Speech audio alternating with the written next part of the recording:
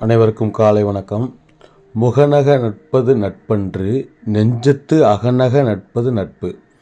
இந்த அழகான திருக்குறளுக்கு முகம் மட்டும் மலரும்படியாக நட்பு செய்வது நட்பன்று, நெஞ்சம் மலரும்படியாக உள்ளம் கொண்டு நட்பு செய்வதே நட்பாகும். எவ்வளோ அழகாக அந்த திருக்குறள். இந்த நட்பை பற்றி தான் உங்கள்கிட்ட நான் பேச போகிறேன்.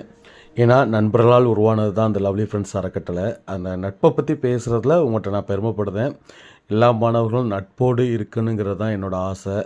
ஆண் பெண் அப்படி பாகுபாடு பார்க்கக்கூடாது, எல்லாருமே ஒரே மாதிரி நட்பு அப்படிங்கிறதுல அன்போடு இருக்கணுங்கிறது என்னோட ஆசை.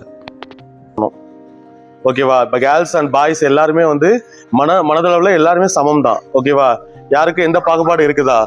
ஆண் உயர்ந்தவன், பெண் தாழ்ந்தவள், பெண் உயர்ந்தவள், ஆண் தாழ்ந்தவள் ஏதாவது இருக்கா? அப்படி எதுவுமே கிடையாது. எல்லாருமே மனதளவில் சமமானவங்க தான். ஓகேவா? உடல் அளவுல மாறுபட்டவர்கள், ஆனா மனதளவுல எல்லாருக்குமே ஒரே மனநிலைமை தான் இருக்கும். எல்லாத்துக்கும் கீச்சு விட்டா என்ன வரும்? ஒரே மாதிரிதான் வரும். வேற எது வருமா? அப்படி இருக்கக்கூடிய சூழ்நிலையில அந்த ஏற்றத்தாழ்வுகளை எல்லாருமே கடந்துடணும்.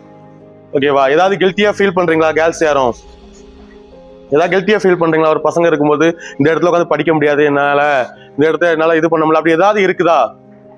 சொல்லு. ஏதாவது இருந்தா நீ சொல்லு. நட்புக்கு என்ன பேர்லாம் சொல்லுங்க பாப்போம்.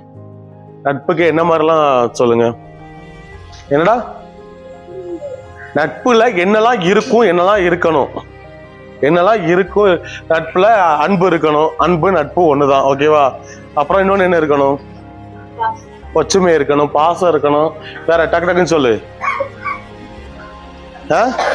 உண்மை. சூப்பர். வேற வேற வேற சொல்லு, டக்குன்னு சொல்லுங்க. வேற என்ன இருக்கணும்? கோபம் இருக்கணும். ஓகேவா? அதாவது சாரி, ஒரு சமையல் பண்றாங்கன்னா அதுல என்ன இருக்கும்?